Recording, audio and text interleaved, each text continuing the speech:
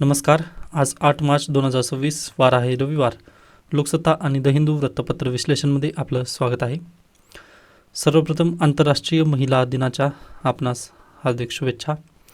त्यानंतर आजचं वृत्तपत्र विश्लेषण. तेल खरेदीसाठी कोणाच्याही परवानगीची गरज नाही, विरोधकांच्या टीकेनंतर केंद्र सरकारचे प्रत्युत्तर. त्यासोबतच IRIS लावन या इराणच्या जहाजीला भारतीय बंदरात आश्रय घेण्यासाठी भारत देशाने परवानगी दिल्याचं वृत्त काल परराष्ट्र मंत्री यांनी दिलेलं आहे. त्यानंतर पुढची बातमी आहे अध्यक्ष पेजेस्कियान यांची दिलगिरी. पहा, इराणचे अध्यक्ष यांनी जे गल्फ कंट्रीजमध्ये त्यांनी आक्रमणं केली त्याबद्दल त्यांनी माफी मागत अगदीच म्हटलेलं आहे की USA तुम्ही तुमचा तळ वापरू देऊ नकात, आणि जर तुम्ही तळ त्यांना वापरू दिला नाही तर अगदीच आम्ही पण तुमच्यावरती आक्रमण वगैरे करणार नाही. व जे आजपर्यंतचे आक्रमण झाली त्याबद्दल त्यांनी सॉरी पण म्हटलेलं आहे. ओके, मग अगदीच डोनाल्ड ट्रम्प त्यांनी खुश होत ट्विट वगैरे केलं होतं, पण पहा आता ते सध्याला अगदीच आपल्यासाठी आवश्यकतेचं नाही आहे त्या प्रमाणात. कारण डोनाल्ड ट्रम्प आणि इराणमध्ये जोपर्यंत अगदीच पहा वाटाघाटी होऊन युद्ध संपत नाही तोपर्यंत आपल्याला याबद्दल काही सांगता येणार नाही. आता अगदीच डोनाल्ड ट्रम्प त्यांच्या बाजूने बोलतील व अगदी इराण स्वतःच्या बाजूने बोलेल व पहा वॉरमध्ये अगदीच सर्व काही चालतं. अगदी आपल्याकडे पण मन आहे पहा, अगदी तसं आहे ते. त्यामुळे अगदी उत्तर प्रत्युत्तर येत असतात, ते सर्व आपल्यासाठी बिलकुल आवश्यकतेचे नसतात. पुढची बातमी आहे सामान्यांना गॅस चटके. घरगुती LPG सिलेंडरच्या दरात 60 रुपयांची वाढ. पश्चिम आशियातील युद्धाचा इंधनावर परिणाम. ओके, त्यानंतर अगदीच पहा आपण आता रशियाकडून ऑइल इम्पोर्ट करणार आहोत, मग त्यामुळे पेट्रोल डिझेलचे जी प्राईस आहेत ती कदाचित स्टेबल असू शकतील, पण LPG गॅस सिलेंडर जे आहे त्याच्या किमती 60 रुपयांनी वाढलेल्या आहेत. ओके, त्याच्यानंतर पुढे चला. नेक्स्ट बातमी आहे शरद पवारांची लोकप्रतिनिधीपदाची कारकीर्द 60च्या उंबरठ्यावर, म्हणजे 59 वर्ष आहेत लीडर म्हणून त्यांनी काम सध्याला चालूच आहे. पहा आता अगदीच नेक्स्ट इयरला ते 60 वर्ष लोकप्रतिनिधी स्वरूपात त्यांनी काम करणार आहेत. त्यानंतर अगदीच यांच्यापूर्वी पहा करुणानिधी हे 60 वर्ष पूर्वी काम केलं आहे. आता शरद पवार यांची 59 वर्ष कंप्लीट झाले, आता 60 वर्षामध्ये ते नक्की जातील. यासोबतच शरद पवार यांनी 4ही सभागृह त्यांनी गाजवलेली आहेत. पहिल्यांदा विधानसभा, विधान परिषद, लोकसभा, राज्यसभा. ओके, हे 4ही सभागृह त्यांनी गाजवलेले आहेत, त्यामुळे 4ही सभागृहामध्ये त्यांचं नेतृत्व राहिलेलं आहे. ओके, पुढे चला. पहा आता अगदीच इथे आकडेवारी देण्यात आली आहे की कोणत्या जिल्ह्याला किती पैसे मिळालेले आहेत बजेटमध्ये, पण हे आपल्यासाठी खरंच गरजेचं नाही आहे, त्यामुळे या बातम्या मी स्किप करतोय. महाराष्ट्र 2 वर्षांत UAE सिंगापूरच्या अर्थव्यवस्थेलाही मागे टाकेल, देवेंद्र फडणवीस. व सध्याला आपली महाराष्ट्राची अर्थव्यवस्था किती आहे, 30व्या क्रमांकाची आहे. हा पॉईंट लक्षात ठेवा, कारण निबंध ज्यावेळेस तुम्ही लिहिता किंवा ॲन्सर जरी लिहित असाल ना तर तुम्हाला हे खूप आकडेवारी मदत करणार आहे. व अगदी आपलं जे व्हिजन आहे ना ते UAE आणि सिंगापूरच्या अर्थव्यवस्थेला मागे टाकण्याचं हे व्हिजन आहे. ओके, हे व्हिजन पण तुम्ही तुमच्या नोटबुकमध्ये लिहून ठेवायचं आहे. आता डेली करंट अफेअर्सच्या PDF मध्ये मी हा पॉईंट इन्क्लूड केला नसला तरी तुम्हाला लक्षात राहू शकेल, किंवा मी वारंवार असं बोलत जाईन की UAE आणि सिंगापूर, मग त्यावेळेस तुम्हाला हे सर्व पॉईंट लक्षात येणार आहेत. फक्त तुम्ही रेग्युलर राहा, म्हणजे हे सर्व बातम्या तुम्हाला नक्कीच निश्चिंतरित्या लक्षात राहणार आहेत. नेक्स्ट आहे युद्धामुळे मद्य निर्यातीस फटका. ओके, छत्रपती संभाजीनगरमध्ये बहुतांश प्लांट आहेत मद्य बनवण्याचे, मग तेथून पहा अगदी आखातीच्या देशामध्ये पण मद्याची निर्यात केली जायची, पण आता सध्याला पहा युद्ध परिस्थिती आहे, त्या कारणानिमित्त मद्य निर्यातीस फटका. व मद्य निर्यातीचा फटका कशावर बसतो तर अगदीच प्राप्त शुल्कातही, म्हणजे व्हॅल्यू ॲडेड टॅक्स. आता GST, अल्कोहोलवरती GST लावली जाते का? आय थिंक CDSचा हा प्रश्न आहे की खालीलपैकी GSTमध्ये कोणतं इन्क्लुडेड नाही, तर त्यामध्ये ड्रिंकिंग अल्कोहोल होतं ऑलरेडी. ओके, मग ते काय आहे, अल्कोहोल हा GSTमध्ये कॅल्क्युलेट होत नाही, त्याला सेपरेट लागतं व्हॅल्यू ॲडेड टॅक्स, जे की राज्य सरकार लावतं. ओके, त्यामुळे राज्य सरकारचं इन्कम अगदीच पहा अल्कोहोलवरतीच बेस्ड आहे. ओके, तुम्हाला माहिती असेल कोविड काळामध्ये अल्कोहोलची दुकाने पहिल्यांदा का ओपन केली होती, त्याचं नेमकं कारणच ते आहे की बाबा स्टेट गव्हर्नमेंटचं जे रेव्हेन्यू होतं ते पूर्णतः ठप्प झालेलं होतं. GST कॅल्क्युलेट केलं जाईल, म्हणजे तुम्ही जरी बिस्किट पुडा जरी खरेदी केलात तरी GST तुमचं केंद्र सरकारला जाऊ शकेल, परंतु राज्य सरकारला जाणार नाही. राज्य सरकारला कशावर जाईल, मग पेट्रोल, डिझेल प्लस अल्कोहोल या 2 गोष्टीमुळे राज्य सरकारचं उत्पन्न तिथं वाढत असतं. ओके, आय होप हा पण पॉईंट तुम्हाला समजलेला आहे. म्हणजे अगदीच पहा स्मॉल फॅक्च्युअल प्रश्न येतात. ओके, मग त्यातून मार्क जाण्याचे तिथं चान्सेस जास्त असतात. पहा जर तुम्हाला फॅक्ट माहिती नसेल तर नक्कीच तिथं मार्क कटतात. त्यामुळे लेंथी जर प्रश्न असेल ना तर अगदी ते तुमच्यासाठी बेटर असतात UPSCमध्ये, पण जर फॅक्च्युअल प्रश्न जर असतील तर आपण ते थोडंसं थांबणं गरजेचं असतं 2024मध्ये. ओके, बाकी 23 आणि 25मध्ये पहा लेंथी प्रश्न होते, पण CSAT थोडंसं अवघड होतं. ओके, त्यानंतर कायद्याच्या मर्यादा हेच समस्येचे मूळ. आता आपण पाहणार आहोत सरोगसी ॲक्टबद्दल. Surrogacy regulation act 2021. ओके, व पहा आज आंतरराष्ट्रीय महिला दिन आहे व बदलत्या जगामध्ये अगदीच महिलांवरती जे अत्याचार आहेत ते पण बदलत चाललेले आपल्याला बेसिकली पाहायला मिळतात. म्हणजे आज खऱ्या अर्थाने जर पाहिला तर स्त्रीत्वाचा सन्मान करण्याचा दिवस आहे. पण याच दिवशी लोकसत्ता सकोलच्या माध्यमातून लोकसत्ताला मांडावा लागला आहे स्त्री शोषणाचा नवा पैलू. आता हा जो स्त्री शोषणाचा नवा पैलू आहे तो GS1 मध्ये प्रश्न विचारला जाऊ शकतो. गव्हर्नन्स यामध्ये पण पॉईंट येतो. त्यानंतर ग्लोबलायझेशनचे महिलांवरती झालेले इफेक्ट किंवा स्त्री शोषणाचे नवे पैलू काय आहेत तर पहा, आता अगदीच एक घटना घडलेली आहे. मुंबईजवळील बदलापुरातील अवैध स्त्रीबीज विक्री प्रकरणाच्या माध्यमातून स्त्री शोषणाचा हा नवा प्रकार उघडकीस आला. आता अगदीच स्त्रीबीज विक्री प्रकरण काय आहे किंवा सरोगसी सर्वांना माहिती असेल आय होप. ओके, मग सरोगसीनुसार पहा अगदीच अवैधरित्या स्त्रीबीजांची तिथे विक्री केली जाते. किंवा आता अगदी जर तुम्ही पाहिलात म्हणजे खऱ्या अर्थाने थोडंसं आपल्याला वापस जावं लागेल 2002मध्ये सुप्रीम कोर्टाने एक निकाल दिला पहा. पण थोडंसं हे निकाल समजावून सांगण्याच्या पूर्वी ना आपण सरोगसीबद्दल थोडंसं जाणून घेण्याचा प्रयत्न करूयात. म्हणजे एकत्रितरित्या ते समजावून सांगण्याचं मला बेटर होईल. ओके, तर पहा आपल्या भारत देशामध्ये जर तुम्ही पाहिलात ना तर जवळपास अंदाजे 10 ते 15% विवाहित जोडप्यांना व्यंधित्वाची समस्या आहे. ओके, व्यंधित्वाची समस्याला कॉन्कर करण्यासाठी आपल्याकडे काय झालं पहा, इन व्हिट्रो फर्टिलायझेशन अशा पद्धतीने IVF किंवा तुम्ही टी व्हीमध्ये वगैरे ॲड पाहिला असाल पहा, इंदिरा IVF वगैरे, किंवा अगदी तुम्ही तुमच्या शहराच्या ठिकाणी पण IVF सेंटर्स तिथं आलेले आहेत. हे काय आहेत तर सरोगसीबद्दलचे आहेत हे. म्हणजेच काय पहा, आता अगदीच हे जे कपल आहे यांना जर मूल होत नसेल तर ते इन व्हिट्रो फर्टिलायझेशनद्वारे तर मेल आणि फिमेल गॅमेटची जी गर्भधारणा आहे ती लॅबोरेटरीमध्ये तिथं केली जाते. ओके, म्हणजे इन व्हिट्रो फर्टिलायझेशन जे फर्टिलायझेशन आहे ते लॅबमध्ये केलं जातं. ओके, मग त्याच्यानंतर अगदी जर ही स्त्री सक्षम नसेल ते गर्भधारणा कॅरी करण्यासाठी तर दुसरी स्त्री तिथं आयात केली जाते. ओके, मग अगदी तसंच आहे पहा. व्हायचं काय म्हणजे आपल्या देशामध्ये झालं काय, पहिली केस आहे ही 2002ची.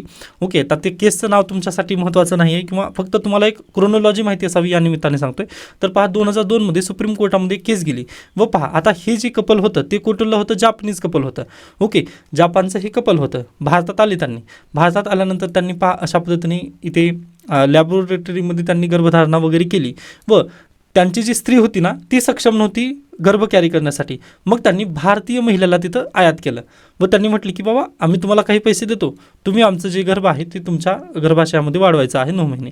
ओके, व त्याच्यानंतर अगदीच तुम्ही जे अपत्य वगैरे होईल ते आम्ही घेऊन वापस जाऊ, अशा पद्धतीने तिथे त्यांच्यामध्ये करार झाला किंवा एजंटमार्फत वगैरे ते बोलणं वगैरे झालं व अगदी तशा पद्धतीने पहा इन व्हिट्रो फर्टिलायझेशन वगैरे तिथं करण्यात आलं.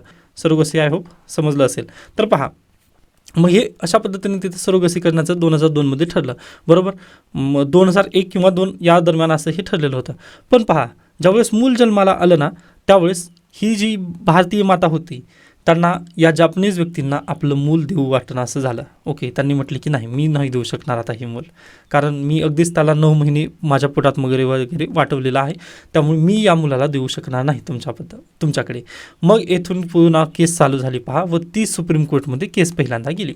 मग सुप्रीम कोर्टाने त्यावेळेस काय निकाल दिला पहा की नाही आता अगदी भारतीय महिलाचे इमोलेशन आम्ही मान्य करतो, परंतु या दोघांमध्ये करार काय झालेला होता किंवा हे जे जापनीज अपत्य होतं आणि इंडियन वुमन होती या दोघांमध्ये करार काय झाला होता आपल्याकडे तर अगदीच पहा पैसे द्यायचं आणि ते मूल त्यांनी पुन्हा घेऊन जाणार होते, अशा पद्धतीने ही करार झालेला होता. व पहा आपल्या भारतीय देशामध्ये किंवा आपल्या भारत देशामध्ये पहा अगदी जर कायदा नसेल ना तर रेट्रोस्पेक्टिव्ह ॲक्ट तिथं लागू होऊ शकतो का तर बिलकुल लागू शकत नाही ना. त्या दरम्यान कायदाच नव्हता. सरोगसीबद्दल आपल्याकडे कायदा कधी बनलेला आहे 2021मध्ये बनलेला आहे. याच्यापूर्वी आपल्याकडे एकही कायदा नव्हता सरोगसीबद्दल. ओके, मग या निमित्ताने अगदी सुप्रीम कोर्टाने पण म्हटलं की बाबा इथं कायदाच नाही आहे. सेंट्रल गव्हर्नमेंटला त्यांनी म्हटलं की बाबा तुम्ही कायदा करू शकता, पण आज घडीला ही जी भारतीय महिला आहे आता अगदीच त्यांनी जे मूल वाढवलेलं आहे किंवा त्यांना अपत्य जन्मास आलेला आहे पण ते अपत्य तुमचं नाही आहे व त्यावरती तुमचा अधिकार बिलकुल नाही आहे, तर तो अधिकार असेल फक्त जापनीज व्यक्तींचा किंवा जापनीज जे कपल आहे त्यांचा आहे. त्यामुळे ते जे मूल आहे ते तुम्ही जापनीज व्यक्तीला द्यावं असं म्हणत सुप्रीम कोर्टाने 2002मध्ये हे पहिला निकाल दिला व येथून चालू झालं पहा लीगली सरोगसी टुरिझम. आपल्या देशामध्ये. म्हणजे अगदीच पहा, जर तुम्ही USA मध्ये गेलात किंवा युरोपियन युनियनमध्ये जर सरोगसी करायचं म्हटलं किंवा IVF करायचं म्हटलं तर तुम्हाला 10 ते 15 लाखापर्यंतचा खर्च येतो तिथे. ओके, इंडियन करन्सीमध्ये 10 ते 15 लाखपर्यंतचा खर्च येतो. पण भारतीय करन्सीमध्ये जर तुम्ही किंवा भारत देशामध्ये जर सरोगसी करायचं म्हटलं तर अगदीच पहा 1 ते 2.5 लाख रुपयेपर्यंतचा तुमच्या खर्चामध्ये हे सर्व काही होतं. त्यानंतर आपल्या जवळपास पहा भारत देशाचे 150 देशांसोबत अगदीच मेडिकल टुरिझमसाठी आपल्याकडे काय आहे, कॉन्टॅक्ट आहे किंवा व्हिसा अप्रूव्हल अगदीच 15 दिवसाच्या आत मिळतो. व जर सकाळी तुम्ही आलात तर हॉस्पिटलमध्ये लगेच दुसऱ्या दिवशी सरोगसी तिथे केली जाते आपल्या भारत देशामध्ये. ओके, मग ह्या कारणानिमित्त पहा जे मेडिकल टुरिझम आहे किंवा अगदीच पहा सरोगसीसाठीचं जे टुरिझम आहे ना ते आपल्या देशामध्ये खूप वाढायला लागलं. ओके, म्हणजे 2002ला पहिल्यांदा लिगॅलिटी दिली, कारण सुप्रीम कोर्टाने आदेश दिला ना किंवा या भारतीय महिलेचा त्यांच्यावरती अधिकार नाही तर अगदीच विदेशी महिलेचा तिथं नक्की अधिकार आहे असं म्हटल्यानंतर व भारत देशामध्ये एकही कायदा नाही याचा फायदा घेत पहा आपल्या देशामध्ये सरोगसीचा व्यापार चालू झाला. ओके, व सरोगसीचा वापरामध्ये ते अगदीच पहा जे गरीब महिला आहेत त्यांना पण तिथे त्यांनी जे एजंट वगैरे आहेत त्यांच्यामार्फत तिथं अगदीच सरोगसी एका महिलेची 2 ते 3 वेळा वगैरे तिथं सरोगसी त्यांनी सरोगसीमार्फत जन्म वगैरे द्यायला लागली पहा. मग यामुळे अगदीच व्हायला काय लागलं, जे महिला आहेत ना महिलांची हेल्थ तिथं खराब व्हायला लागली. कारण अगदीच पहा जर तुम्ही वारंवार स्त्रीबीज काढलं, ओके, व अगदी पहा स्त्रीबीज जर काढायचं म्हटलं ना तर महिलांवरती तिथं छोटीशी का होणार शस्त्रक्रिया नक्कीच करावी लागते, बरोबर आहे.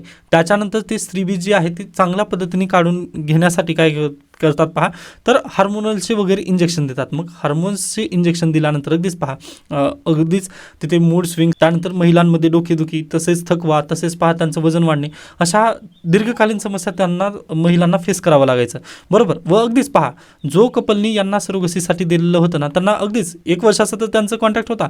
मग ते गेल्यानंतर जे उर्वरित जे जीवन आहे ते महिलांना तिथं खूप समस्येमध्ये वगैरे जायचं, कारण त्यांनी हार्मोनल इंजेक्शन वगैरे तिथे घेतलेले होते. ओके, व त्यांच्यावरती शस्त्रक्रिया झालेली होती. मग ह्या सर्व काही महिला होत्या ना त्या गरीब घराण्यातून यायच्या. मग हे सर्व अगदीच पहा भारत सरकारला हे सर्व काही समजत होतं. मग 2012मध्ये यांनी कायदा करण्याचा प्रयत्न केला, पण तो पहा ART बद्दलचा कायदा झाला, पण सरोगसी कायदा होऊच शकला नाही. ओके, वेळोवेळी सुप्रीम कोर्ट निर्देश देत होतं की बाबा तुम्ही काहीतरी करा, परंतु केंद्र सरकार किंवा अगदीच पहा पार्लमेंटमध्ये बिल यायचे, परंतु ते बिल बेसिकली लॅप्सेस व्हायचे. मग अगदीच पहा शेवटी 2021मध्ये याबद्दलचा कायदा आला, सरोगसी रेग्युलेशन ॲक्ट 2021 नुसार निर्णय काय घेण्यात आला पहा तर अगदी हे जे मेडिकल टुरिझम चालू झालेलं आहे किंवा सरोगसी टुरिझम सध्याला आपल्या देशामध्ये किंवा सरोगसीचा जे बिझनेस चालू झालेला आहे ह्याला थांबवण्याचं पहिल्यांदा त्यांनी काम केलं पहा. ओके, पहिल्यांदा त्यांनी हेच काम केलं की जे सरोगसीचं व्यापार चालू झालं त्याला आपण थांबवूयात. मग त्यासाठी पहा त्यांनी काय केले तर अगदीच पहा आता अगदी आकडेवारी तुम्हाला माहिती असणं गरजेचं आहे ना. तर आपल्या देशामध्ये पहा अगदीच जे सरोगसीचा जे बिझनेस आहे, आता बिझनेस म्हणणं योग्य नाही, कारण काही कपल्सना त्याची गरज पण आहे. खऱ्या अर्थाने विज्ञानाचं ते अगदीच एक पॉझिटिव्ह पण असतं पहा व निगेटिव्ह पण असतं. पण तरी जर तुम्ही खऱ्या अर्थाने जर पाहिलात ना उलाढाल जर याची जर पाहिलात तुम्ही तर 100 ते 150 कोटीच्या घरात आहे आज घडीला. सरोगसीचा जो काय म्हणू शकता जे मेडिकल आहे, जे क्षेत्र आहे सरोगसीचं जे क्षेत्र आहे ते आज घडीला 100 ते 150 कोटी एवढं त्याचं क्षेत्र आहे व ते 2030पर्यंत किंवा अगदीच येत्या 5 वर्षामध्ये ते 300 ते 400 कोटी रुपये एवढं वाढण्याचा त्यांचा अंदाज आहे, बरोबर. त्याच्यानंतर भारत देशाचं जे मेडिकल टुरिझम आहे पहा ते $13 अब्ज पर्यंत आहे. ओके, 2026पर्यंत जर तुम्ही पाहिलात मेडिकल टुरिझम आपल्या देशामध्ये तर $13 अब्ज इथपर्यंत आहे. म्हणजे अगदी डॉलर आपल्याला प्राप्त होतात, परंतु महिलांची तिथं हेल्थ पण काय होत आहे पहा डिग्रेड होत आहे.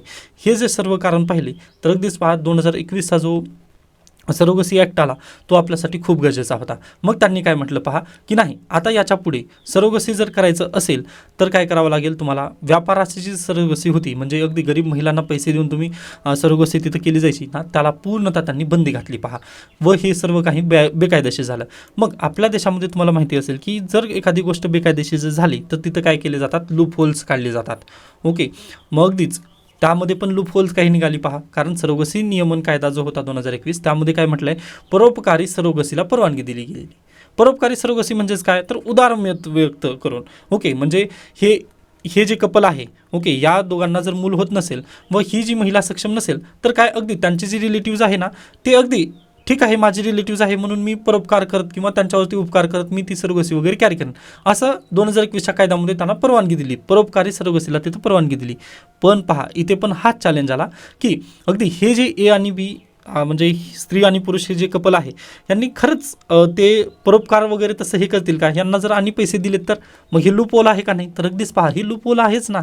ओके, जर दुसऱ्या महिलेला आपण पैसे दिले व तिला म्हटलं की बा तू परोपकार या उपकारानेच तू आम्हाला काय कर, मूल किंवा हे जी सरोगसी आहे ती कॅरी कर, असं जर म्हटलं तर तिथं लूप होल ठरत आहे ना. मग हेच प्रॉब्लेम आहे पहा आपला सरोगसी नियमन कायदा 2021मध्ये. मग त्यामध्ये त्यांनी रिलेटिव्ज वगैरे म्हटलेले आहेत ना, मग तिथं तेच, पण इथे आपला एक लूपहोल सापडला की सरोगसी जे परोपकारी सरोगसी आहे ना त्याला परवानगी आपल्या देशामध्ये दिलेली आहे. पण असं असलं तरी पहा शोषणापासून संरक्षण पण या कायद्यामध्ये दिलेलं आहे. त्यामध्ये पहा सरोगेट माता आणि सरोगसीतून जन्मलेल्या मुलांच्या हक्काचे संरक्षण करणे गरजेचे आहे. मग यासाठी त्यांनी पहा काही तिथे इन्शुरन्स वगैरे तिथे ठेवलेले आहेत. त्यानंतर काही अटी पण टाकण्यात आल्या. मग आता पहा सरोगसीसाठी कोण पात्र आहे, तर इच्छुक जोडपे, विवाहित भारतीय स्त्री आणि पुरुष यांच्या लग्नाला किमान 5 वर्ष पूर्ण झाली असावेत.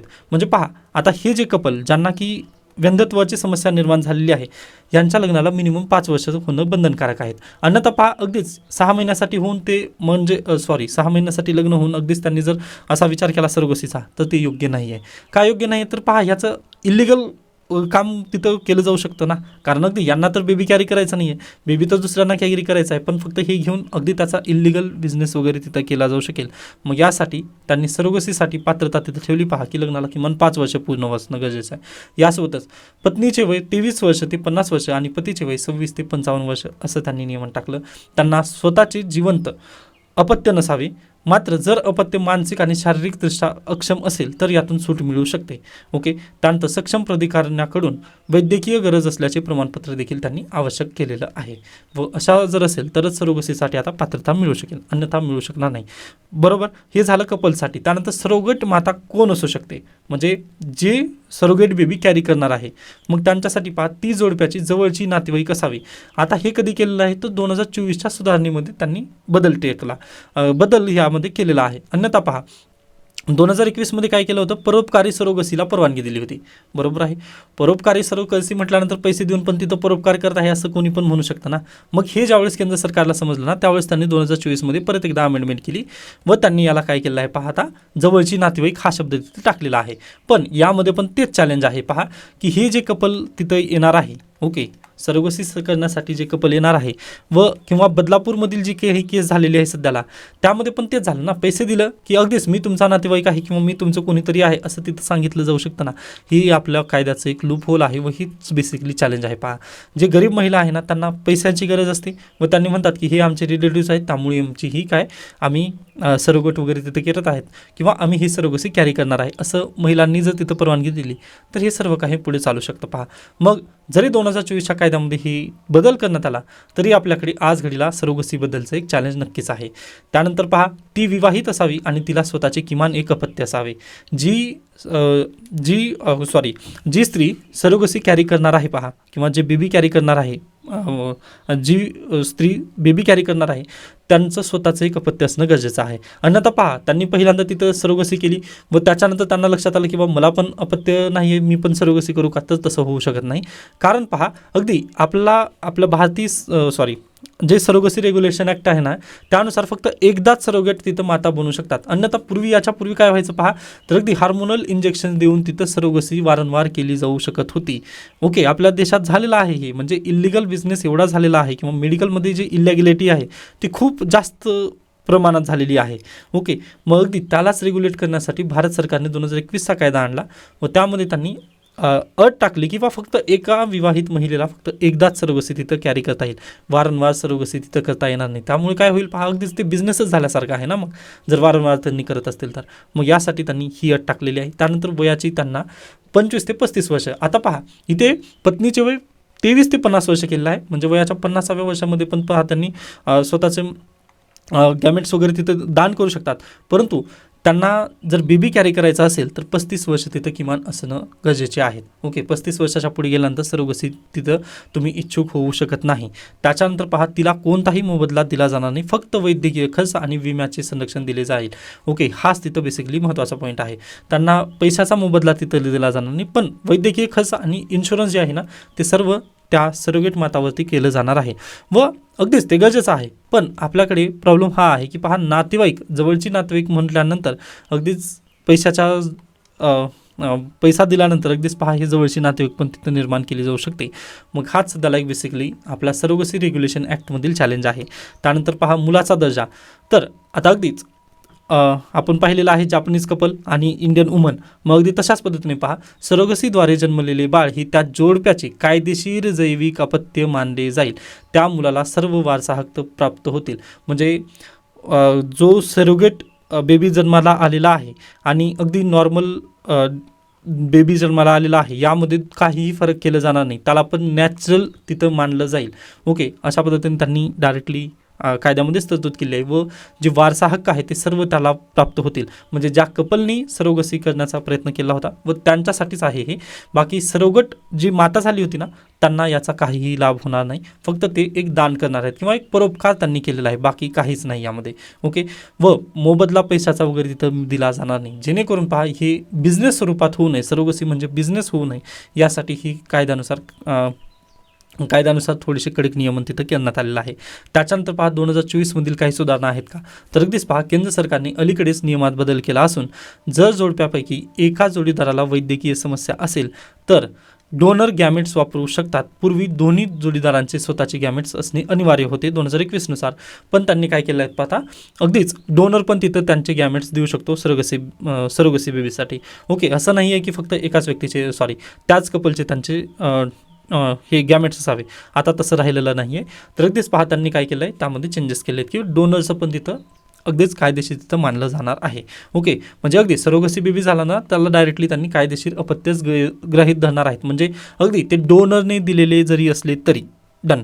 त्याच्यानंतर परीक्षाभूमिक मुद्दे आता आपल्या सध्याला UPSCसाठी का गरजेचे आहेत. तर प्रिलिमला हा प्रश्न विचारला जाऊ शकतो. पहा की राष्ट्रीय सरोगसी बोर्ड कुठं आहे किंवा कुठे आहे हे नाही महत्त्वाचं, तर कोणाच्या स्तरावरती आहे किंवा कोणत्या स्तरावरती, तर केंद्र स्तरावरती आहे. आता राष्ट्रीय म्हटल्यानंतरच तुम्हाला समजून जाणं अपेक्षित आहे, कारण स्टेट गव्हर्नमेंट यामध्ये इंटरफेअर करणार नाही.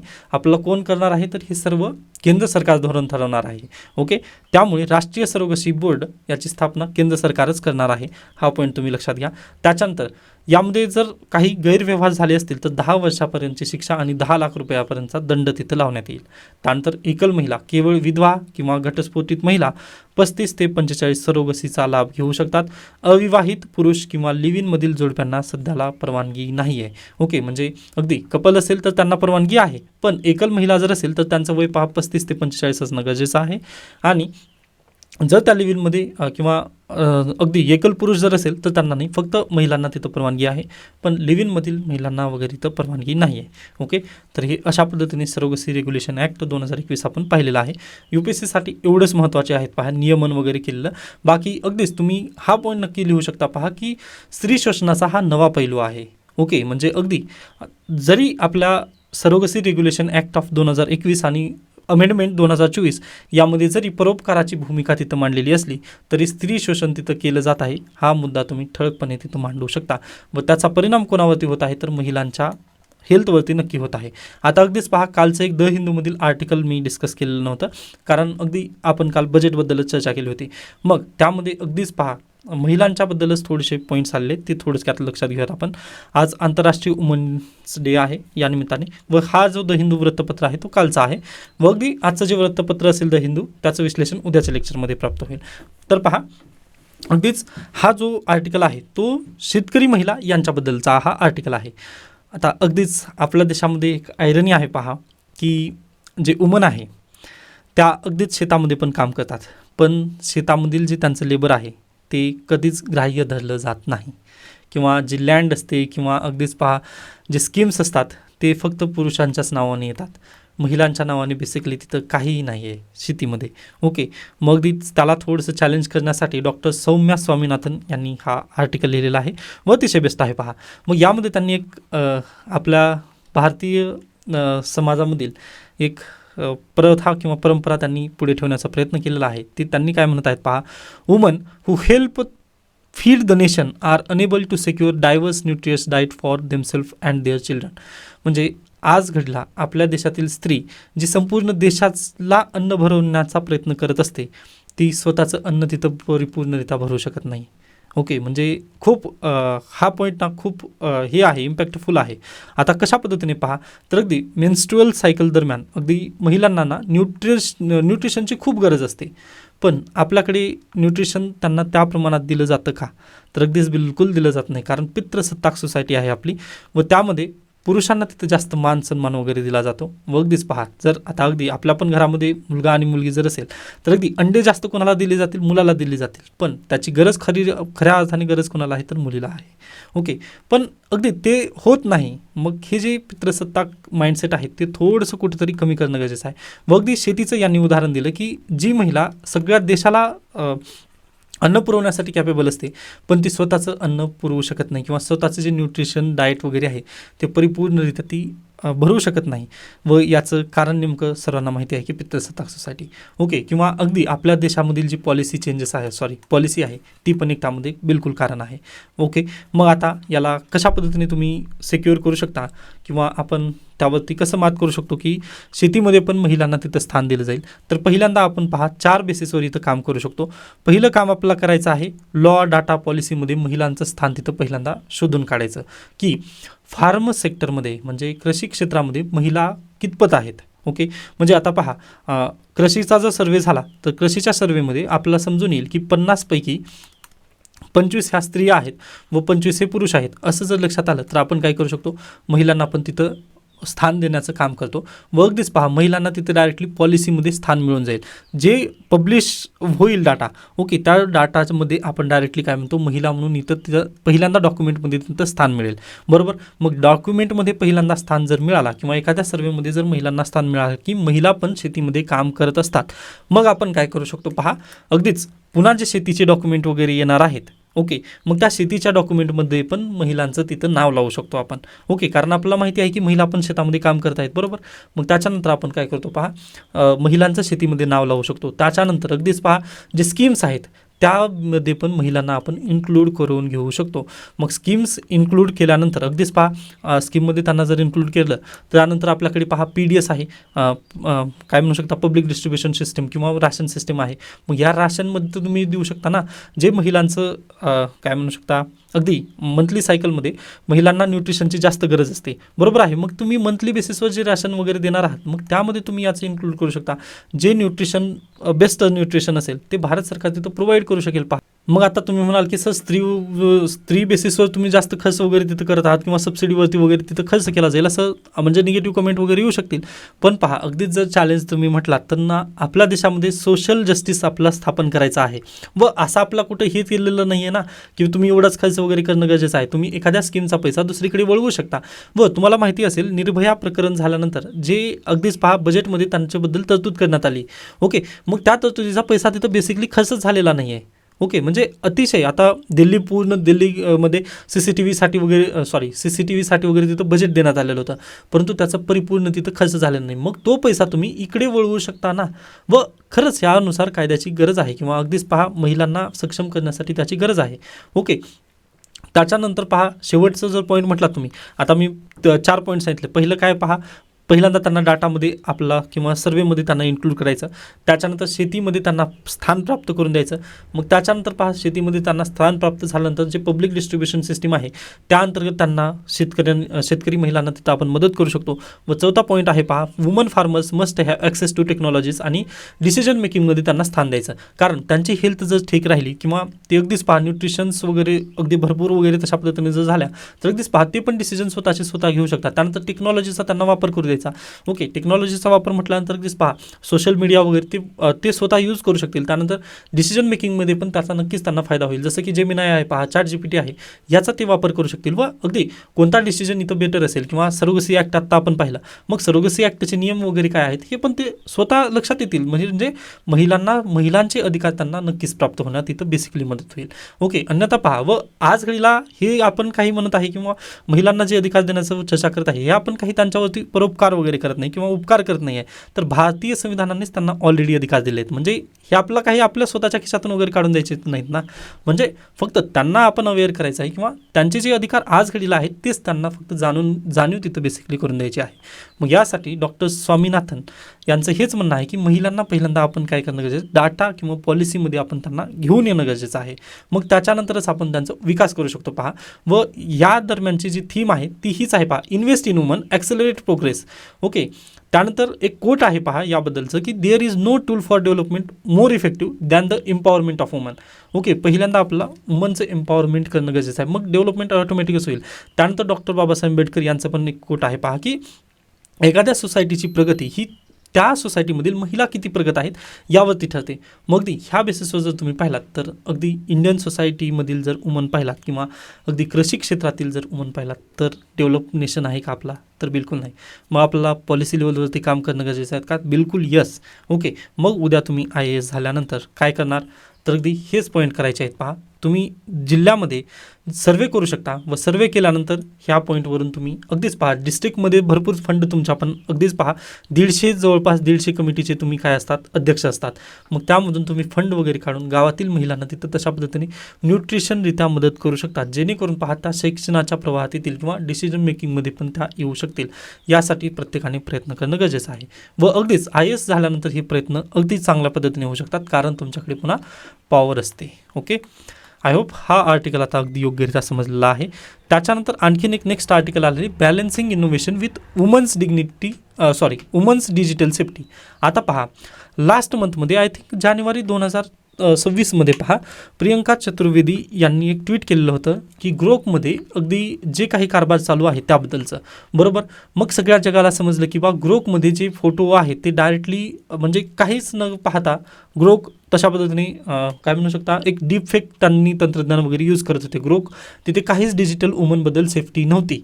मग प्रियंका चतुर्वेदी यांच्या ट्विटनंतर पहा अगदी देशभरामध्ये खळबळ झाली किंवा सिंगापूरमध्ये पण ग्रोकला त्यांनी डायरेक्टली बॅन केलं. मग त्यानंतर पहा अगदीच ग्रोकने त्यावरती ॲक्शन घ्यायला सुरुवात केली. मग अगदी ती ॲक्शन का घेण्यात आली किंवा याच्यापूर्वीच ते स्वतः डीपफेकबद्दल तेवढं स्वतःला का अवेअर केले नसतील, कारण पहा आज घडीला जर तुम्ही पाहिलात ना तर वुमनचं डेव्हलपरमध्ये रोलच नाही आहे. ओके, म्हणजे आहेत महिला डेव्हलपर आहेत आज घडीला, परंतु त्यांची जी संख्या आहे ना ती खूप कमी आहे. आता पहा 22% महिला आहेत डेव्हलपर प्रोग्राममध्ये. ओके, 22% टोटल महिला आहेत व 14% महिला आहेत ना त्या सिनियर लेवलवरती गेलेल्या आहेत. पण जे मेन डेव्हलपमेंट आहे ना त्यामध्ये महिलांचा रोलच नाही आहे. मग यामुळे पहा पुरुष प्रधान जी संस्कृती आपण इथं पण म्हणू शकतो पहा, त्यामुळे त्यांनी काय केलं, डायरेक्टली डीप फेक करत जास्त करून कोणाला टार्गेट केलं जातं, पहा महिलांनाच टार्गेट केलं जातं. हेच तर कारण आहे ज्यामुळे महिलांना आपला पुढे घेऊन यायचं आहे. ओके, जर महिलांचे तशा पद्धतीने निर्णय जर झाले तर नक्कीच पहा त्याचा फायदा अगदी इंडियन सोसायटीला किंवा ग्लोबल सोसायटीला पण होऊ शकतो. किंवा आता पहा ना तुम्ही कालचं आर्टिकल तुम्हाला मी वाचण्यास सांगितलं होतं व तुम्ही आय होप सर्वांनी तो आर्टिकल वाचला आहे लोकसत्तामधील. ज्या विद्यार्थ्यांनी आर्टिकल वाचला नाही तो प्लीज त्यांनी वाचून घ्या, कारण युद्ध आणि महिला हा बद्दलचा आर्टिकल होता. व GS1 इंडियन सोसायटीमध्ये हा आर्टिकल नक्कीच येऊ शकतो. पहा विचारला जाऊ शकतो प्रश्न, तर लक्षात घ्या. त्यामध्ये पण म्हणण्यात आलेलं होतं की इस्रायलने 160 मुलींना मारून टाकलं. ते बरं झालं. का बरं झालं, कारण ते उद्या अपत्य जन्माला घालतील व ते नक्कीच लढतील. का लढणार आहेत, तर ते पुरुष लढणार आहेत. महिला लढत आहेत का, तर बिलकुल नाही. महिलांना घरातच त्यांनी ठेवलेलं आहे डांबून. मग जर त्या देशाच्या दोन्ही देशांच्या म्हणजे इस्रायलच्या असू द्यात किंवा USAच्या असू द्यात किंवा इराणच्या जर महिला तिथं लीडर्स असत्या किंवा त्यांचं नेतृत्व जर महिला करत असत्या तर त्यांनी हा निर्णय घेतला असता का, तर बिलकुल नाही. हां, आता इंदिरा गांधी यांनी हा निर्णय घेतला होता आपला भारत देशामध्ये, परंतु तो निर्णय त्यांनी पहा लिबरल करण्यासाठी घेतला होता किंवा त्यांना स्वातंत्र्य मिळवून देण्यासाठी घेतलेला होता. ओके, पण आपण त्यांच्या सार्वभौमतेला वगैरे धोका निर्माण केला होता का, जसं डोनाल्ड ट्रम्प करत आहेत, तर बिलकुल नाही ना. म्हणजे शांततेच्या मार्गाने जाऊ द्यायचं असेल तर नक्कीच सर्व काही शांततेने जाऊ शकलं असतं. परंतु पहा प्रॉब्लेमच कुठे आहे, तर महिलांना आपण डिसिजन मेकिंगमध्ये घेऊच दिलं नाही किंवा त्यांना आपण म्हणजे डिसिजन मेकिंगमध्ये सहभागच करू दिला नाही. मग हेच तर आपल्या देशामध्ये सर्वात जास्त चॅलेंज आहे. ओके, मग यासाठी आपल्याला काय करणं गरजेचं आहे, तर वुमन एम्पॉवरमेंट किंवा हे जे मी कोट जे दिलेलं आहे ना तेच तुम्ही लक्षात ठेवायचं आहे की महिलांचा आपण विकास कसं करू शकतो. तर अगदी पाहताना एम्पॉवरमेंट पहिल्यांदा करा, मग त्याच्यानंतर डेव्हलपमेंट जी आहे ना ती स्वतः नक्की करून घेऊ शकतात. ओके, तर ह्या आर्टिकलचा हाच क्रक्स आहे व हे जे आर्टिकल आहे हा जो डाटा आहे ना तो मी आपल्या आर्टिकलमध्ये नक्कीच टाकलेला आहे. हे आर्टिकलचा हा डाटा लक्षात ठेवायचा आहे तुम्हाला. बाकी इथं पहा सजेशन दिलेले आहेत जे की मी आत्ताच बोललेलं आहे. त्याच्यानंतर येथे पण हे जे 4 पॉईंट आहेत, फर्स्ट, सेकंड, थर्ड आणि फोर्थ, हे 4 पॉईंट तुम्हाला लक्षात ठेवायचे आहेत. त्यानंतर पहा, यावर्षी ना आर्टिकल 21 बद्दल नक्कीच प्रश्न विचारला जाईल. मेन्स्ट्रुअल हेल्थबद्दलचा हा आर्टिकल आहे, त्यामुळे प्लीज लक्षात ठेवा. व जर परीक्षेला प्रश्न महिलांच्या अधिकारांचा आला तर तुम्ही नक्कीच हे आर्टिकल 21 पासून सुरुवात करू शकता. आय होप तुम्हाला सरोगसी ॲक्ट, त्यानंतर हे जे दोन्ही ॲक्ट सरोगसी ॲक्टबद्दलचा आर्टिकल, त्यानंतर हे दोन्ही आर्टिकल नक्कीच चांगल्यारीत्या समजले असतील. ओके, तर आता आपण इथे थांबूया. त्याबद्दल काही शंका, काही सजेशन असतील तर नक्की मला सांगू शकता. धन्यवाद.